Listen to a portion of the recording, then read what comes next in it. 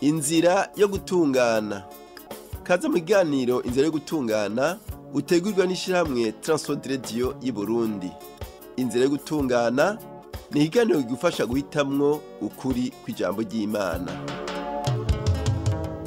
Mukunzi uri kuratwumviriza, amahoro abe muri wewe. Assalamu alaikum. Shalom. Turakuramukije mu izina ry'umwami wacu, Imana y'amahoro igomba ko umuntu wese atahura kandi aca bugufi mu nzira yo gutungana. Uri kumwe na Pastor Jean Baptiste Nzeyimana. Turanezerewe cyane gusubira kugushyikiriza iki kiganiro inzira yo gutungana cyo kuri uyu munsi. Mu kiganiro cyacu giheruka twarabonye ko inyuma y'umuvugishwa Yosuwa mu ihanga rya Isirayeli hakurikiye ibihe by'ibidambidambi n'umwiza, ariko no muri uwo mwiza turabona umuco wo kugororoka kw'Imana. Imana ntiyibagiye isezerano yasezeraniye Aburahamu n'uruvyaro rwiwe ku bijyanye n'umucunguzi azova mu ihanga rya Isirayeli. Twarabonye ingene Imana yagiriye neza umugore yitwa Rusi. Rusi ntabwo yari umunyisirayeli, ariko yizeresha umutima wiwe wose Imana y'Abisirayeli. Mu gihe Abisirayeli benshi bariko barava ku Mana bagakurikira imana zabo mu mahanga bakikuje, Rusi we yahisemwo guheba idini rya se, ahitamwo gukurikira Imana y'Abisirayeli, aheza agerera mu gisagara cy'i Betelehemu, aho yahavuye akubakana na Bowazi. Bowazi na Rusi bavyara umuhungu bamwita Obedi. Obedi avyara Isayi se w'umwami Dawidi. Nuko umugambi w'Imana wo gucungura uruvyaro rwa Adamu kugira irukure mu vyaha uba uriko uraranguka, kubera ari mu ruvyaro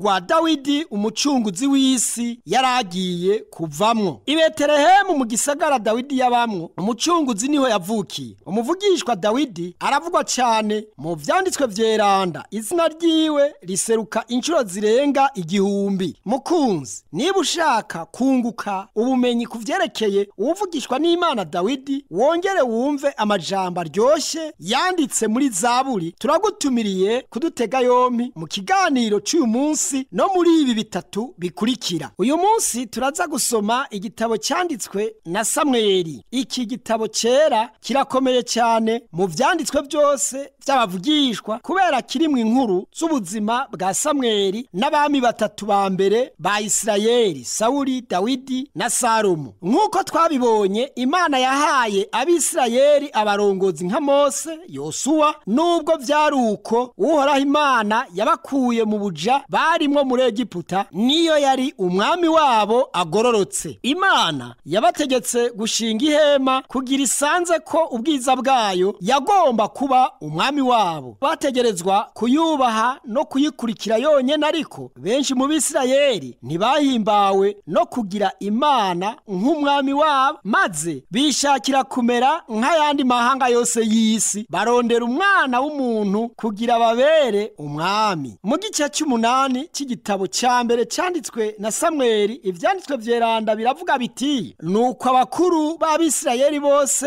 barakorana bagirama kwa Samweli, baramubarira bateheraba, urashaje kandi abahungu bawe ntibafise ingeso nk'izawe, none rero twimikire umwami wo kuducira imanza nk'ayandi mahanga yose. Ariko iryo jambo ribabaza Samweli ko bavuze ngo nabaho umwami wo kubacira imanza. Araheza asenga Uhoraho. Uhoraho abarira Samweli ati: niwemere abo bantu ico bakwatse cyose, kuko atari wewe banse, ariko jewe banse ngo simbe umwami wabo. Bakugiriye nk'uko bangiriye muri byose, uhereye umunsi nabaduganye mbakuye muri Egiputa ukageza n'ubu, kuko bantaye bagasaba izindi mana. None rero nupfe kubemerera, ariko ubihanikirize cyane, ubamenyeshe ingeso z'umwami azobaganza uko zizomera. Imana ibwira Samweli guha Abisirayeli icyo basavye, maze abaha umwami. Imana ntiyashaka Abisirayeli kugira uwundi mwami atariyo, ariko kuva bamaze kwanka ubutware bwayo, yanka kubatwaza igitugu. Mu gice gikurikira turabona ingene Samweli samweli yabarobanuriye umwami wo kubatwara yitwa Sawuli. Ivyanditswe vyeranda biravuga biti maze Samweli yabiraga kuza k'amavuta ya elayo ayamusuka ku mutwe. Igitabo cya mbere cy'abavugishwa n'Imana Samweli ikigabane c'10 uhereye hajya ku murongo waho wa mbere. Uko niko vyari bisanzwe bigenda mu gihe cyose cyo kurobanura umuntu bamusuka kwa mavuta ku mutwe. Samweli amaze kumusuka kwa mavuta ku mutwe araheza aravuga ati mbega murabona uwo Uhoraho yatoranije ko atawuhwanye nawe mu bantu bose. Abantu bose bashira akamo hejuru batumwami nahangame. Igitabo cya mbere cy'abavugishwa n'Imana Samweli kigabane c'10 umurongo wa 24. Nuko umwami Sawuli atangura neza, ariko igihe gishize agira ubwibone n'ishyari. Sawuli agashimisha Imana n'umunwa gusa, ariko umutima uri kure yayo. Sawuli ntiyaba agitinya ngo yongere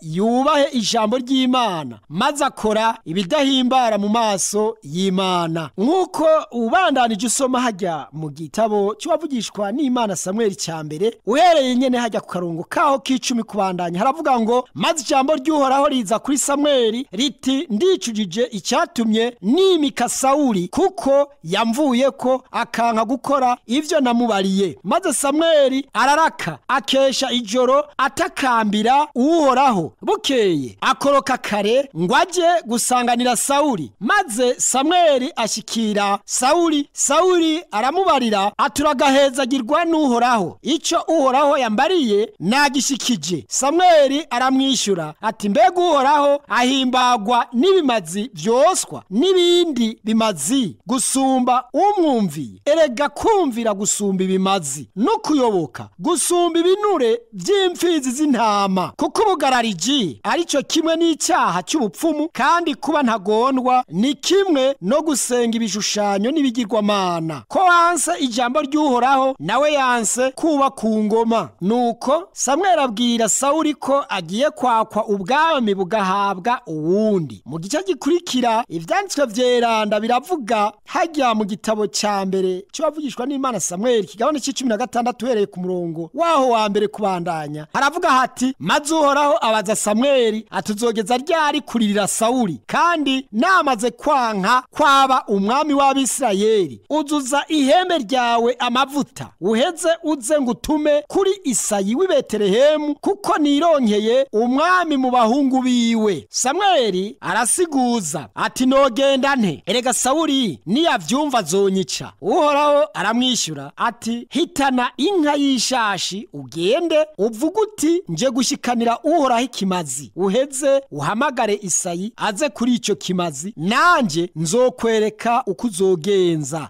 uzondobanurize amavuta uwo nzokurangira. Nuko Samweli agenza nk'uko Uhoraho yamubwiye, aja i Betelehemu. Ashitseyo abakuru b'igisagara baza kumusanganira bahinda agashitsi, baramubaza bati mbega ugenzwa n'amahoro? Ategome n'amahoro, nzanywe no gushikanira Uhoraho ikimazi. Nuko nimwiyeze muze tujyane kuri ico kimazi. Kandi yeza Isayi n'abahungu biwe abahamagara kuza kuri ico kimazi. Nuko bashitseyo abonye Eliyabu aribwira ati nta gukekeranya Uhoraho agira yimikisha amavuta nguyu imbere yiwe. Ariko Uhoraho abarira Samweli ati ntacyo uraba ishusho yiwe canke ikireho ciwe, kuko ntamushimye. Erega jewe sindaba nk'uko abantu baraba, kuko abantu baraba ku rukoba gusa, ariko jewe Uhoraho ndaba mu mutima. Maze Isayi ahamagara Abinadabu amwereka Samweli. Samweli aravuga ati n'uyu nyene Uhoraho siwe yatoranije. Isayi arongera amwereka Shama, naho nyene Samweli aravuga teka n'uyu nawe siwe Uhoraho yatoranije. Nuko Isayi yerekana ndwi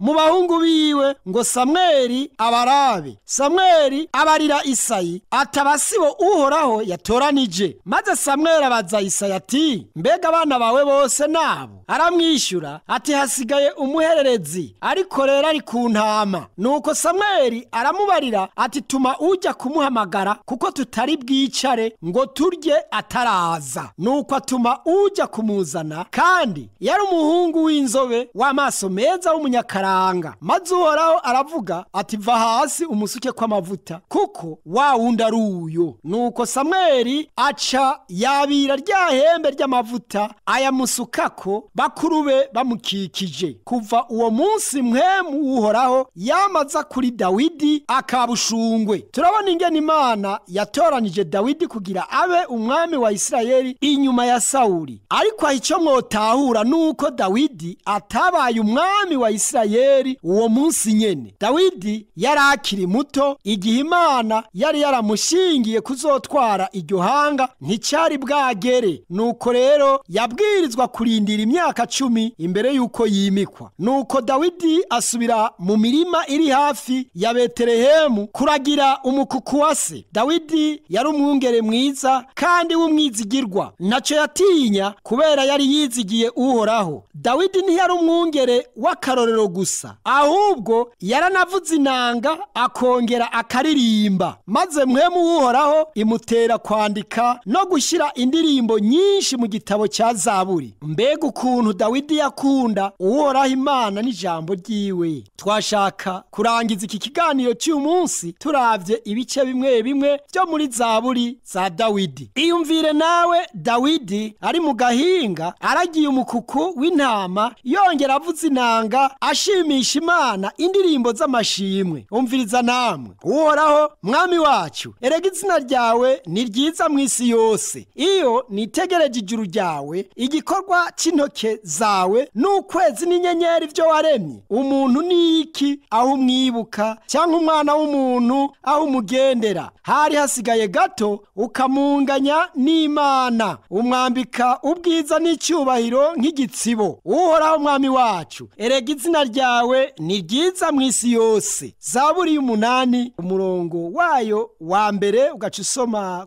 hajya ku murongo wa 3 kugeza kuri 5, ugaca usimba ugasoma ku karongo k'9. Ijambo ryawe ni itara rimurikira ibirenge byanje, n'umuco umurikira mu nzira yanje. Nabitse ijambo ryawe mu mutima wanje ngo noye kugucumurako. Zaburi y'119 ku murongo waho w'105. Ibyagezwe by'Uhoraho biratunganye rwose, bihembura ubugingo. Ibyo Uhoraho yashingiye intahe nibyo kwizerwa, biha umutungu ubwenge. Ibyagezwe Uhoraho yigisha biragororotse, binezereza umutima. Ibyo Uhoraho yageze nibitanduye, bihwejesha amaso. Nibyo kwipfuzwa kuruta izahabu, naho zoba izahabu nyinshi zitarimwe inkamba. Bisosa kuruta ubuki n'umutsama w'ikigigu utonyanga. Kandi nivyo biburira umusavyi wawe kuvyitondera harimo impera nini. Zaburi ya 19 umurongo waho w'indwi n'umunani ugaca usoma ku murongo wa 10 n'uwa 11. Uhoraho niwe mwungere wanje sinzokena, ambyagiza mu cyanya cy'ubwatsi butotaye, andongorera iruhande y'amazi adasuma, aremesha umutima wanje, anyobora mu nzira zo kugororoka kubw'izina ryiwe. Mbere naho noca mu mwonga w'igitutu cy'urupfu sinzogira ikibi ntinya, kuko uri kumwe nanje. Inyobozo yawe n'ubuhiri bwawe nivyo bimpumuriza. Untegurira ameza mu maso y'abansi banje, wansize amavuta mu mutwe, igikombe cyanjye kirasesekaye. Nukuri ibyiza n'imbabazi bizonyomako iminsi yose y'ukubaho kwanje, nanje nzoba mu ngoro y'Uhoraho ibihe bidashira. Amen. Mukunzi, turagushimiye kuba wateze amatwi, kandi wibuke icyo Imana yabwiye Samweli iti, erega jewe sindaba nk'uko abantu baraba, kuko abantu baraba ku rukoba gusa, ariko jewe Uhoraho ndaba mu mutima. Tubibona rero hajya mu kigabane cy'igitabo cya mbere cya Samweli, ikigabane cya 16 umurongo waho w'indwi.